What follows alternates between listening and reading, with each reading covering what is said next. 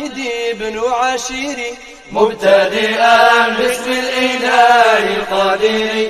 الحمد لله الذي علمنا من العلوم ما به كلفنا. صلى وسلم على محمد وآله وصحبه والمقتدي. وبعد فالعون من الله المجيد في نظم أبيات للأمي توفي في عقد الأشعار وفقه مالك وفي طريقة الجنيد السالك. Assalamu alaikum. Esta grabación es el resumen de la primera charla que se dio sobre el Al-Murshid Al-Mu'in. En esa primera sesión se hizo la presentación del libro.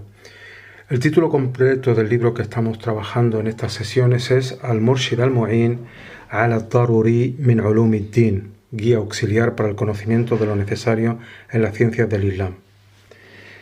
Se trata de un libro que fue escrito por Abdul-Wahid ibn Ashir. Abdul-Wahid ibn Ashir nació en Fez en el año 1582 y murió también en Fez en el año 1631. Fue un hombre sabio, un maestro, también fue un faqih, un experto en derecho islámico, conocedor de muchas ciencias del Islam, que escribió varias obras. Entre ellas destaca precisamente el que estamos hablando, Al-Murshid Al-Mu'in.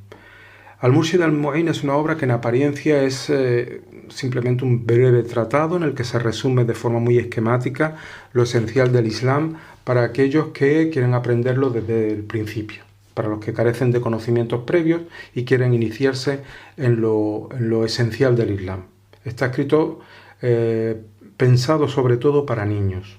Abdul-Wahid ibn Ashir escribió este libro para que los niños, después de conocer el Corán, de memorizar el Corán, empezaran a estudiar el Islam en sus tres aspectos fundamentales, que son la doctrina, el fiqh, que atañe a cada musulmán y a cada musulmán, es decir, la práctica del Islam, las ibadas, el salat, el ayuno, la peregrinación, etc., lo más elemental del Islam. Y por último, dedica en esta obra un capítulo a la espiritualidad musulmana. Con ello se atiene a un famoso hadith de Rasulullah sallallahu alaihi wasallam que todo el mundo conoce, en el que se relata que Jibril, el ángel de la revelación, alayhi salam, le hace a Sayyidina Muhammad sallallahu alaihi wasallam tres preguntas. ¿Qué es el imán? ¿Qué es el Islam? ¿Y qué es el ihsan? ¿Qué es el imán? Es decir, ¿qué es la fe? ¿En qué debe creer un musulmán? ¿Qué es el Islam? Es decir, ¿qué debe hacer un musulmán? ¿Y qué es el ihsan? ¿Qué es la excelencia para un musulmán? Las respuestas de Rasulullah sallallahu alaihi wasallam a esas tres preguntas han dado pie a las tres grandes ciencias del Islam. La ciencia que estudia la aqida, la doctrina del Islam, la ciencia que estudia las prácticas del Islam a todos los niveles, desde la ibada, desde las prácticas espirituales a las relaciones sociales, a todo lo que atañe al ámbito comunitario, y por último la excelencia, la ciencia de la excelencia, la ciencia del sufismo. Ibn Ashir pertenecía a una familia de ulama, de sabios. Realmente su origen estaba en el Andalus, en la ciudad de Jimena de la Frontera. De ahí, un antepasado suyo, Abul Abbas ibn Ahmad ibn Ashir, ya en el siglo XIV, o sea, mucho antes, tuvo que emigrar de Jimena de la Frontera, pasó a Algeciras y de allí a Salé ante el avance cristiano sobre el Andalus. Se instaló en Salé, donde adquirió reputación de hombre sabio y santo, y donde enseñó el Islam también, y finalmente fue enterrado en Salé. Parte de su familia se trasladó a Fez y de ella descendería nuestro autor Abdul-Wahid ibn Ashir ya en el siglo XVI. A finales del siglo XVI, como hemos dicho, nació en el 1582 y murió en Fez en el año 1631. De todas las obras de Ibn Ashir, hemos dicho que fueron varias, la más importante es Al-Murshid Al-Mu'in. La más importante en el sentido de la que se hizo más popular y además de forma inmediata. Al-Murshid Al-Mu'in dijimos que es un texto dirigido fundamentalmente a niños, aunque lo pueden estudiar también adultos y aprovecharlo bastante bien, como veremos. Es un tratado, es un texto didáctico. Texto didáctico en árabe se le llama matn.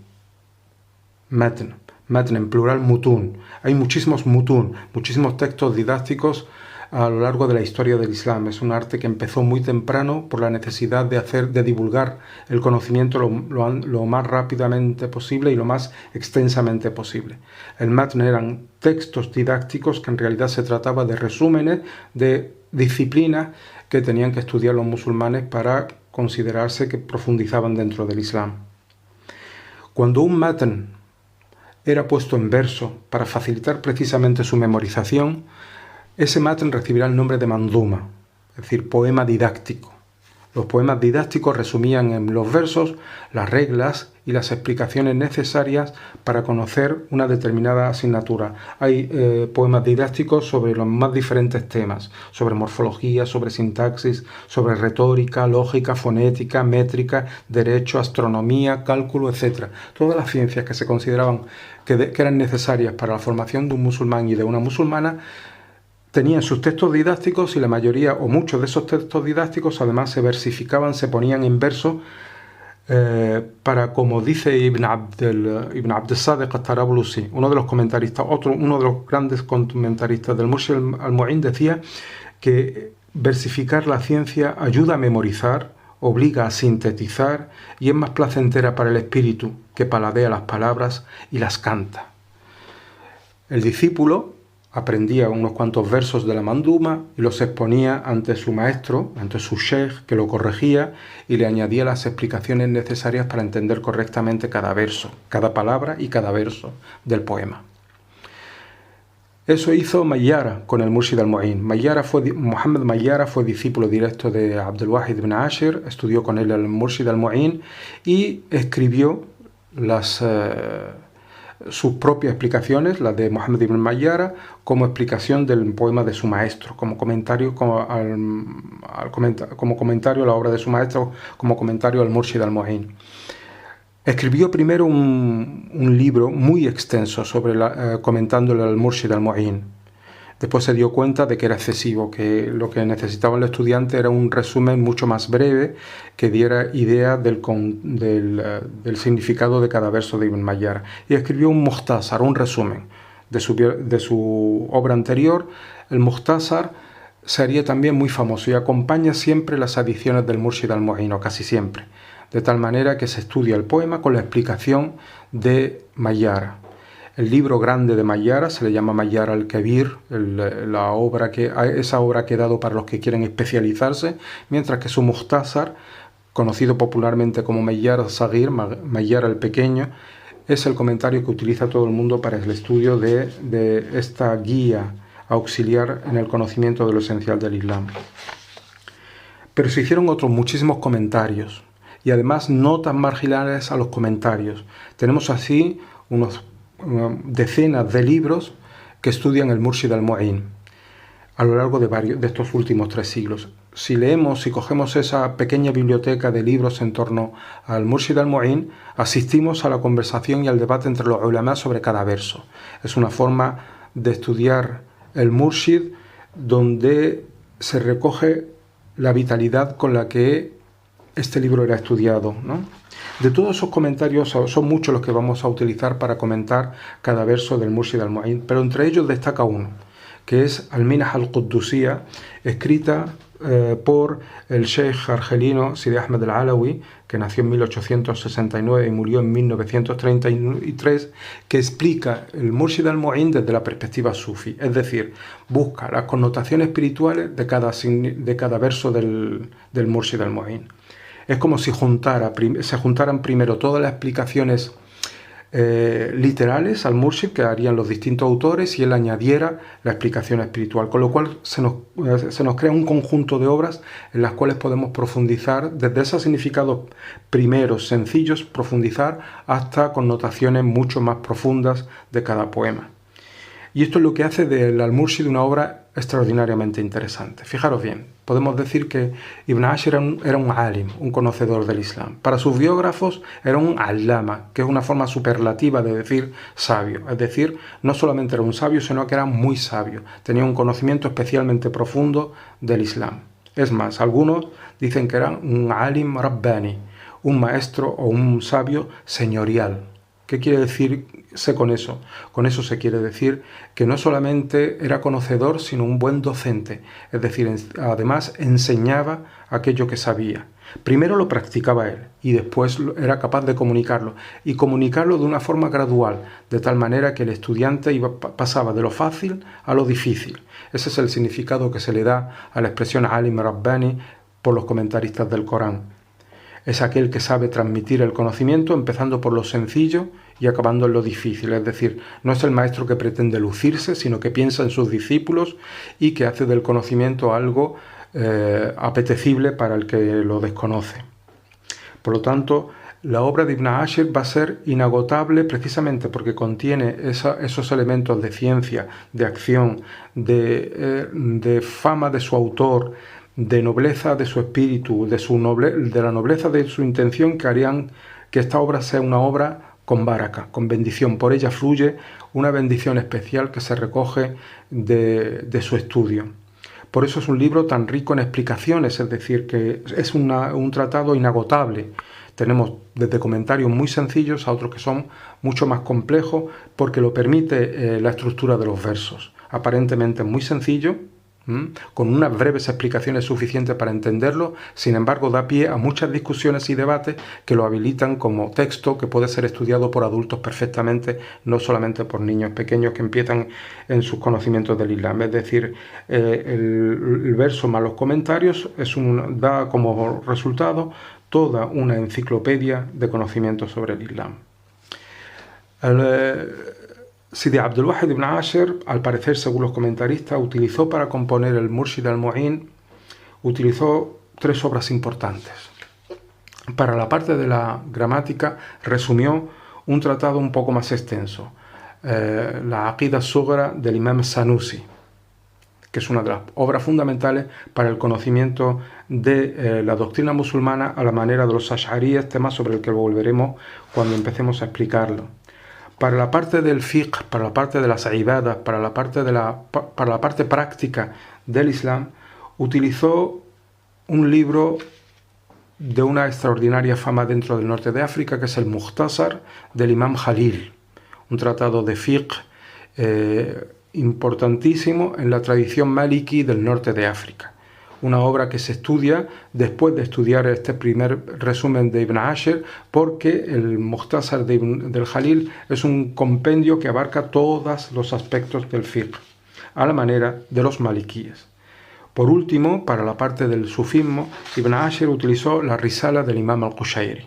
La Risala del Imam al-Qushayri es una de las principales obras para el conocimiento del sufismo. Es decir, Ibn Ashir se adapta a la escuela Ash'ari para exponer la doctrina, recoge las enseñanzas de la escuela Maliki en lo que atañe al fiqh y, por último, recoge la enseñanza de al-Qushayri en temas relacionados con el sufismo, con la espiritualidad musulmana. Estas elecciones de Ibn Ashir no desacreditan las demás escuelas dentro del Islam, no las desplazan.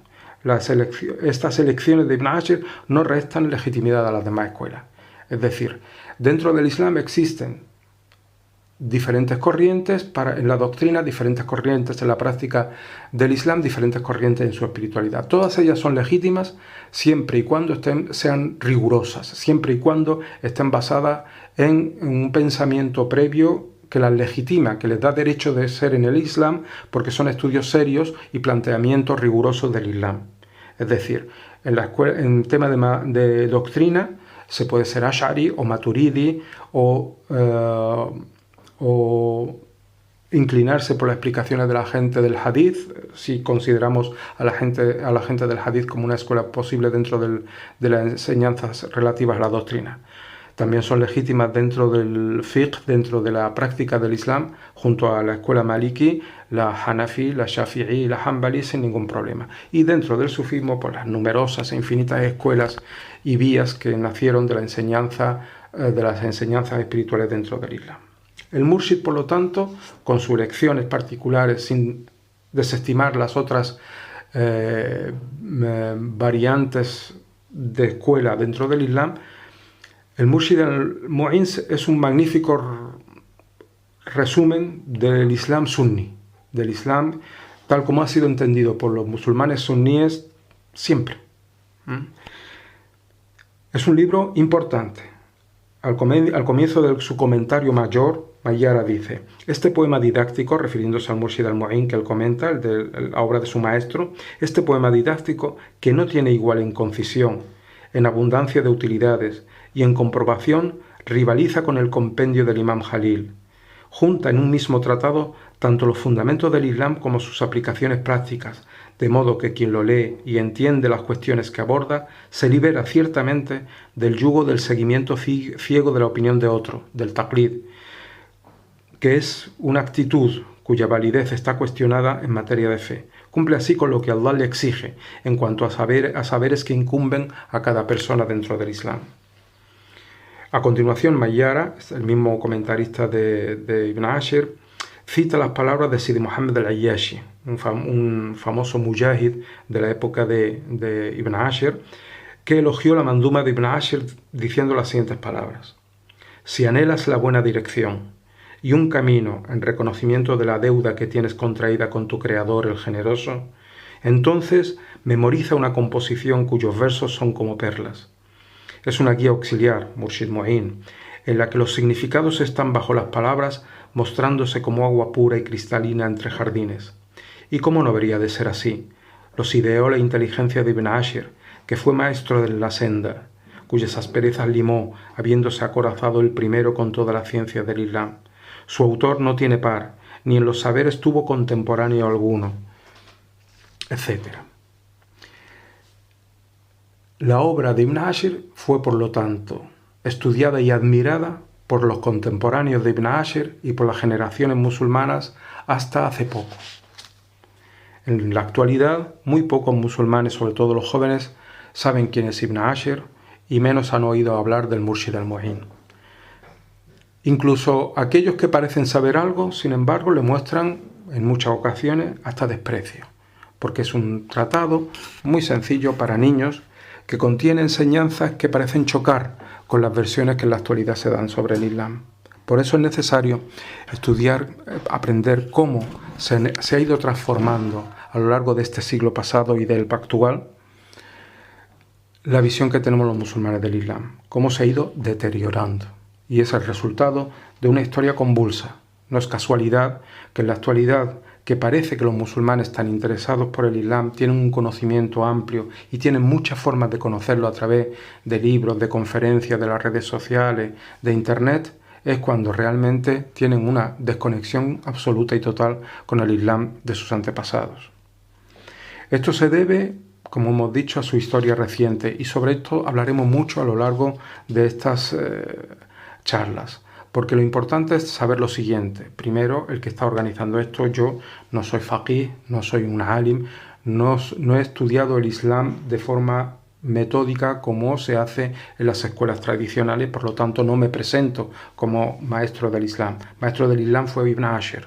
Yo lo único que puedo hacer es, desde mi especialización, desde el conocimiento que tengo de la lengua árabe, es traducirlo, facilitar el camino a los que no tienen esa herramienta importantísima para el conocimiento del Islam, que es la lengua árabe. Y junto a ello, lo que yo puedo sumar a los comentarios que han hecho los sabios acerca del Murshid al-Mu'in es la contextualización de esos saberes.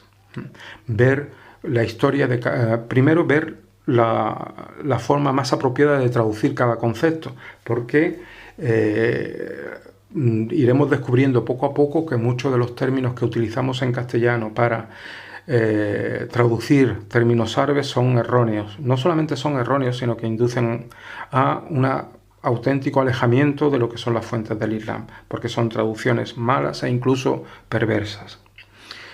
Y también necesitamos el contexto histórico para comprender realmente el significado de cada palabra. Hay que comprender el mundo espiritual en el que se dice esa palabra.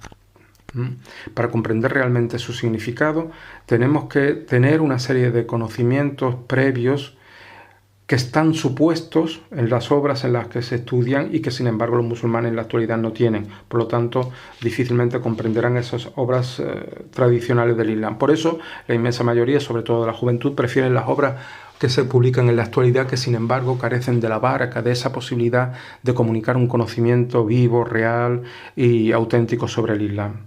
Si la obra de Ibn Ashir es inagotable, los comentarios que se le han hecho a lo largo de estos 3 siglos lo demuestran, cualquier librito de los que se venden en la actualidad sobre el Islam o que son de fácil acceso, sin embargo son libros que se leen y se pueden tirar inmediatamente porque una vez que se han leído ya no dicen más nada.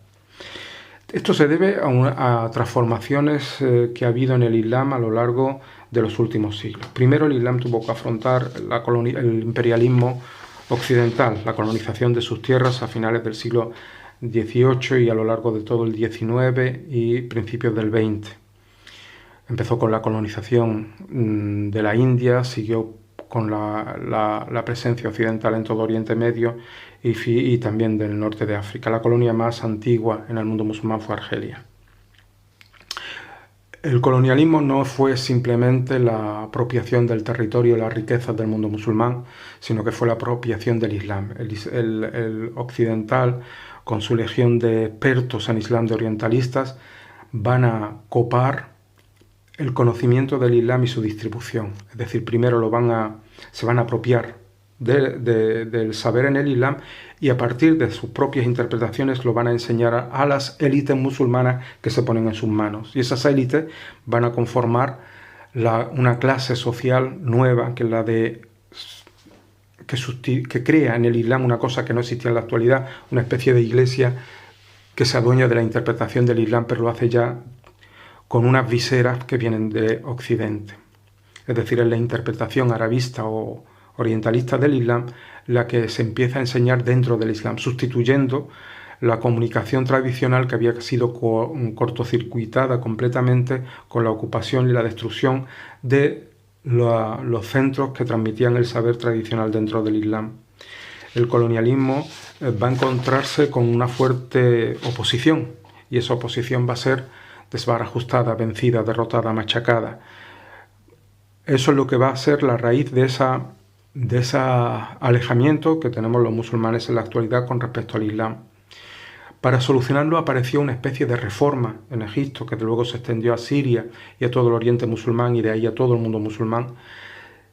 Es una reforma capitaneada por una serie de ulamás que tenían una buena formación occidental y que trasladarían al Islam todos los complejos y todos los prejuicios que tenían los arabistas sobre el Islam. Intentarían reformar el Islam aceptando previamente todo lo que el orientalismo enseñaba que era lo negativo del Islam. Esa forma de entender el Islam, acomplejada, subordinada a Occidente, sin embargo fue privilegiada.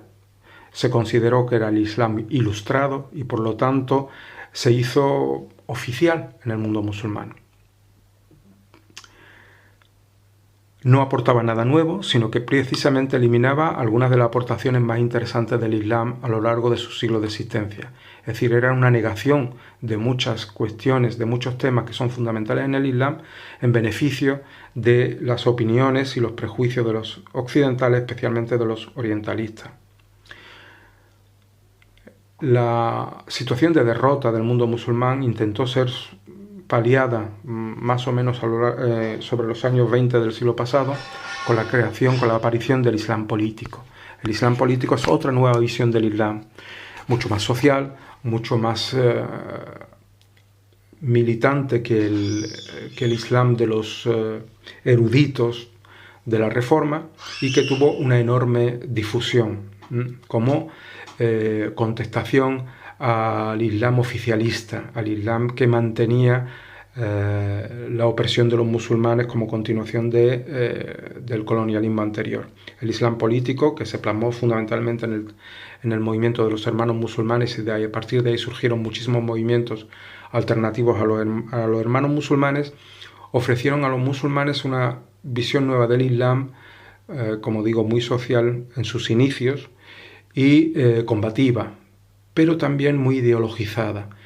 Pusieron el Islam al servicio de una ideología, lo convierten en una ideología política, lo convierten en algo que no es. tuvo mucho éxito y el lenguaje del Islam fue cambiado radicalmente por el Islam político y sirvió de forma de comunicar el Islam hasta que aparece una nueva versión que será el wahabismo. El wahabismo había nacido 2 siglos antes, sin embargo será con el hallazgo del petróleo en diferentes países musulmanes cuando va a ser financiado y se va a convertir en ideología o en corriente mayoritaria, privilegiada por un lado y por otro lado muy influyente en casi todo el mundo musulmán, de tal manera que en la actualidad podemos decir que solamente se enseña Islam wahabizado o wahabi en su esencia o muy influido por el wahabismo, que es una interpretación del Islam tremendamente grosera, tremendamente superficial, tremendamente violenta, tremendamente estéril en todas las dimensiones. El wahabismo va a contaminar el Islam y va a idiotizar completamente a los musulmanes. Será la guindilla de un pastel que empezó a hornearse con el colonialismo y que ha desviado a los musulmanes de la continuidad tradicional del Islam, la enseñanza de maestro a discípulo, de discípulo a su propio discípulo, así hasta la actualidad. Existen todavía esa forma de transmisión del Islam, pero está muy relegada a centros muy pequeños y desprestigiados en buena medida porque no adoptan los sistemas modernos de transmisión. En la actualidad, a través de Internet, a través de las redes sociales, se enseñan versiones del Islam ridículas en su mayoría, sin ninguna profundidad, sin ningún alcance, muy acomplejadas frente a las maneras de difundir de los evangelistas. Por ejemplo, toman el modelo evangelista para la propaganda del Islam, lo convierten en una predicación extraña, lo llaman a eso da'wa, cuando en realidad no tiene nada que ver con la misión del profeta. Bien. En las charlas que vamos a tener a partir de la última de esa primera que se dio, lo que vamos a intentar es profundizar en ese Islam más sano, en ese Islam que se ha comunicado desde los principios, que ha ido de maestro a discípulo de una forma rigurosa hasta llegar prácticamente a la actualidad. Vamos a intentar recuperarlo, vamos a intentar recuperar su lenguaje, su contexto, estudiarlo en profundidad para retomar un Islam que es mucho más rico y mucho más inteligente que el que podemos ver en muchos casos en la actualidad. Esa es la propuesta que hacemos con estas charlas que se darán, inshallah, cada sábado. Este es el resumen de la primera charla que se dio y continuaremos con la de las semanas siguientes.